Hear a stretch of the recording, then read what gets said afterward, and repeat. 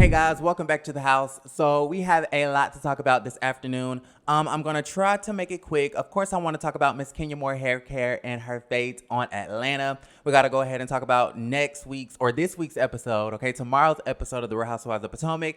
Wendy and Gizelle are kind of working it out, maybe a little bit. Of course, we have to mention Real Housewives of Salt Lake City. I have not talked about them in a really long time, but I wanted to show y'all this preview. Because it's really interesting. Shah is getting arrested, and she, of course, is not taking any accountability. And then we have a special guest performance at this year's VMAs. So before we get into any of that, of course, I want to shout out our sponsor, the coldest water bottle. You guys know that this is my favorite water bottle of all time. And y'all, I have like 3 of these things, or I had 3 of these things. And this is my favorite one because it has my name on it. Look at that. Okay, you can customize it, but we're gonna go ahead and take a water break. So go ahead if you guys want to buy a water bottle. The links will be down below, and of course, y'all know you can use my code HOA for 10% off. Let's go ahead and talk about Miss Kenya Moore hair care, y'all. I just wanted to very quickly show y'all this clip of Miss Kenya Moore hair care. She is, of course, rehearsing for Dancing with the Stars. I'm super excited. Like I've told you guys many times before, I don't think I'll be tuning in live, okay, to ABC every Monday and Tuesday night. Do they still come on twice a week? Yeah, I don't even know. I have not watched Dancing with the Stars in like 10 years. But I told y'all that I wouldn't be watching the show. But I will be looking at social media and looking at the clips on Twitter. And I'm rooting for Kenya Moore hair care, okay? We are rooting for everybody black. So shout out to her. Moving right along, can we talk about Miss Hair Care and her fate on the Real Housewives of Atlanta?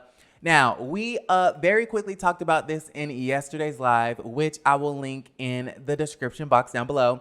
With that being said, y'all, there have been some rumors going around, okay? A lot of rumors going around about the RHOA casting. And this one kind of threw me for a loop because I was not expecting it. But reportedly, okay, according to some of y'all's favorite bloggers, Kenya Moore hair care has been let go. Now, personally, I really don't believe it. Okay, I really don't believe the hype because number one, why would they let go of Kenya Moore hair care? Like, that literally does not make any sense. They have 2 stars currently on the show. One of their names is Miss Portia Williams, Portia, the queen of the show at the current moment. And then you have the other queen of the show, the villain, okay, Miss Kenya Moore hair care. And so I don't know why Bravo would get rid of one half of their star power. I just don't get it. I don't understand it.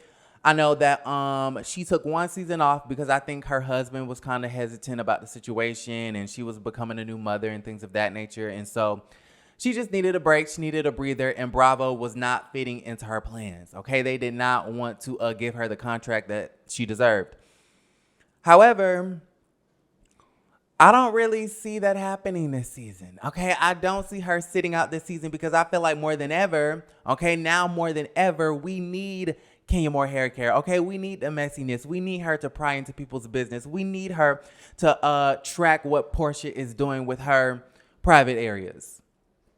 That's a joke, but we need it, okay? We need the, the, what do you call that? The instigation, okay? We need the instigator, chief in charge, Miss Kenya Moore hair care, along with the bone carrier Sheree Whitfield, in order to have a really good season. So I personally don't believe it. 1, because I think that's a dumb idea. 2, I don't believe it because she recently did an interview with Entertainment Tonight and said that, some of the old faces will not be on the show and you will see some new faces. How does she know all of this information if she's been left out the loop and fired? Okay, that just kind of doesn't make any sense to me. So y'all let me know how y'all feel about the situation. If Kenya Moore was to get the boot, okay, if she was to get fired, would you guys be sad about the situation? Honestly, I don't too much care for the girl, but she is a star, okay? You cannot take that away from her, and so I would not be happy about Kenya leaving the show, even though I don't believe it in the first place, okay? We got to talk about the Real Housewives of Potomac, okay? We have to talk about Potomac in next week's episode, and I'm not going to harp on this for too long, but I just wanted to very quickly show y'all this clip of Wendy and Gizelle finally talking it out. You guys know that the two had some words, okay, exchanged, and Wendy went the hell in, okay, and shaded the hell out of the last lady of Potomac for basically talking about these Eddie rumors. Shout out to Monica and All About the Tea. She was spreading these Eddie rumors and trying to play it off like she was so concerned, okay, because Wendy was changing and things of that nature. And Gizelle kept saying that she thinks that it has something to do with these rumors, which I think is really stupid. But yeah, she tried to play it off. And her fatal flaw was that she never went to the source. Okay, you went to Ashley twice. You went to Robin Dixon, apparently. Okay, that's how they chopped and screwed and edited the whole situation together. But you talked about it several times and never went to Wendy. And so Wendy went to hell in. And I think it's been like 2 episodes since then, and Wendy really hasn't been checking for the last lady. Well, in tomorrow's episode, we are finally going to get a conversation between the 2 ladies. Check this preview out. I have always come to you in a place or spirit of love. Yeah, I received that. I received that. I think it's let's play nice for now, but I think it's temporary. So as y'all can see, the ladies had a conversation about the situation. We saw Gizelle apologizing for not having that very pertinent conversation with Wendy Osefo herself. And, you know, Wendy received, okay, whatever the hell the last lady of Potomac had to say. She said, you know what, Gizelle, I'm going to receive whatever you're saying. But in the confessional, she says that this little cordial little situation that they got going on is only temporary.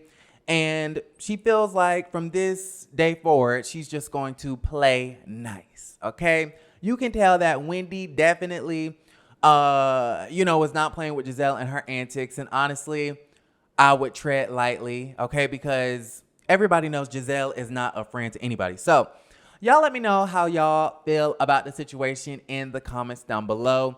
Do you think Gizelle is sincere in her apology?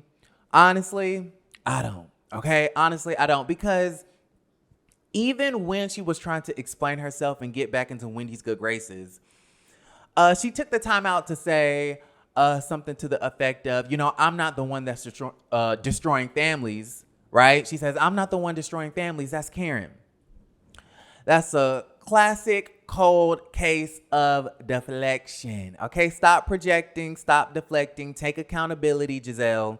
Okay, you know what you're doing. Your podcast is called Reasonably Shady because Robin is barely reasonable and you are all the way shady. Okay, so you know what you was doing. So y'all let me know how y'all feel about the situation in the comments down below.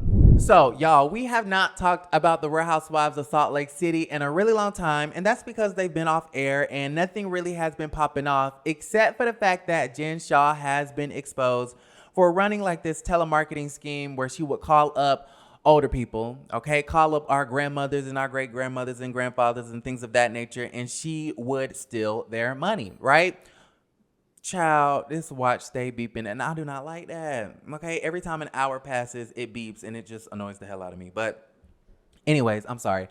But yes, we found out that Jen Shah was defrauding the elderly. She was calling them up and basically saying, I'm going to help you start a business and run a business, and I'll do graphics and marketing and all of these things.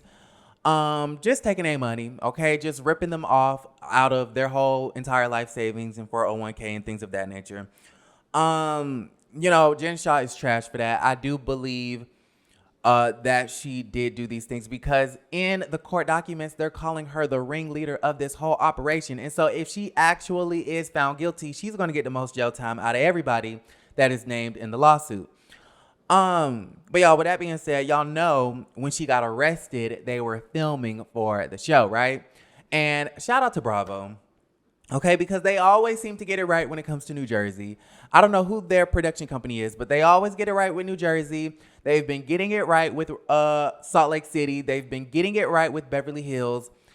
And what I mean by that is when something extremely scandalous happens with one of the ladies of those shows, it just so happens that Bravo is filming, which is not the case for Atlanta, okay, because they should have been had Fallon and Portia and Simon doing scenes together, but that's a whole different situation, okay, a whole conversation for another day.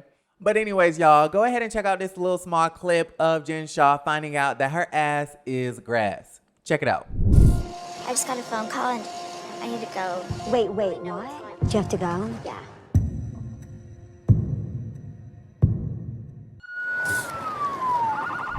Y'all, I cannot wait, okay? I am super excited about the situation. I'm ready to see Jen Shah go all the way down to the ground, okay? And then the funny thing about this situation is, again, like Gizelle, she does not, bear any responsibility. She doesn't want to hold herself accountable, like a little child. And I believe in one of the previews or the trailers, she ended up calling Meredith, I believe, a fraud, which I think was the dumbest comeback of all time, okay? How do you call someone a fraud when you're literally about to be on trial for fraud? It literally does not make any sense. So, y'all let me know how y'all feel about the situation. Will you guys be tuning in to the Real Housewives of Salt Lake City? I will. Okay, this one will. Let me know in the comments down below. All right, y'all. So, we're going to go ahead and take a water break. I told y'all we had a lot to talk about. I told y'all. I hope you guys are picking up your water bottles. Go ahead and take a sip of your water, your coffee, your cocktail, whatever you're sipping on, your hot tea or your iced tea.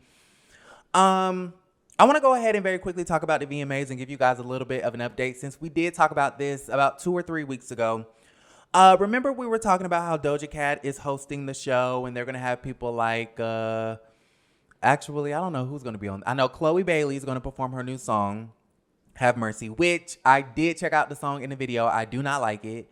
Okay, I'm sorry. I apologize. I know Chloe Bailey has her fans, right? And a lot of people love what she's doing. Personally, for me, it's just a little bit weird. Okay, it's just a little bit strange. I don't like it. It's giving me Beyonce post Lemonade, and that's my least favorite era of Beyonce. I mean, I'm just saying. But anyways, remember I was telling y'all that the singer Normani came out with her single Wild Side, and she thought it was going to be a #1 hit because she had Cardi B on it, but it ended up being a flop, right? And then I believe it was a part of her whole promotional rollout for this album that I don't think is going to come out, but different conversation for a different day. We've been waiting for 3 years at this point. But I believe it was a part of her rollout to perform at the VMAs, but the VMAs said, girl, we don't want you. Then she ended up doing interviews and ended up on social media basically saying that she's sad about the situation because y'all know that artists want to feel validated. They want their work to be validated and recognized, and they want to, feel respected by their peers. And so I totally understand where Normani was coming from when she was saying that she felt some sort of way that, the people up there at MTV did not want her to perform. Well, fast forward to now, MTV did hit our girl Normani up, okay, and said, hey, would you like to perform at the very last minute at our award show? And of course, she said yes. So I definitely want to know how y'all feel about this whole entire situation in the comments down below. Are you excited to see Normani perform? Honestly, I am. I think she deserves it. And so I'm happy that what she wanted is going to come to pass. And Normani is a really great performer. Like, she's going to give us dancing. She's going to give us visuals. She's going to give us the fashion and things of that nature. And so I know she's going to do a really good job. And furthermore, are you guys even going to tune into the VMAs? Like, are we still into award shows? Because for the past couple of years, VMAs and BET and Grammys and things of that nature, they have all just been lackluster. Okay? Nobody is really checking for the award shows. So let me know how y'all feel in the comments down below. I'm going to go ahead and log off. I love you guys. And don't forget to create a great day.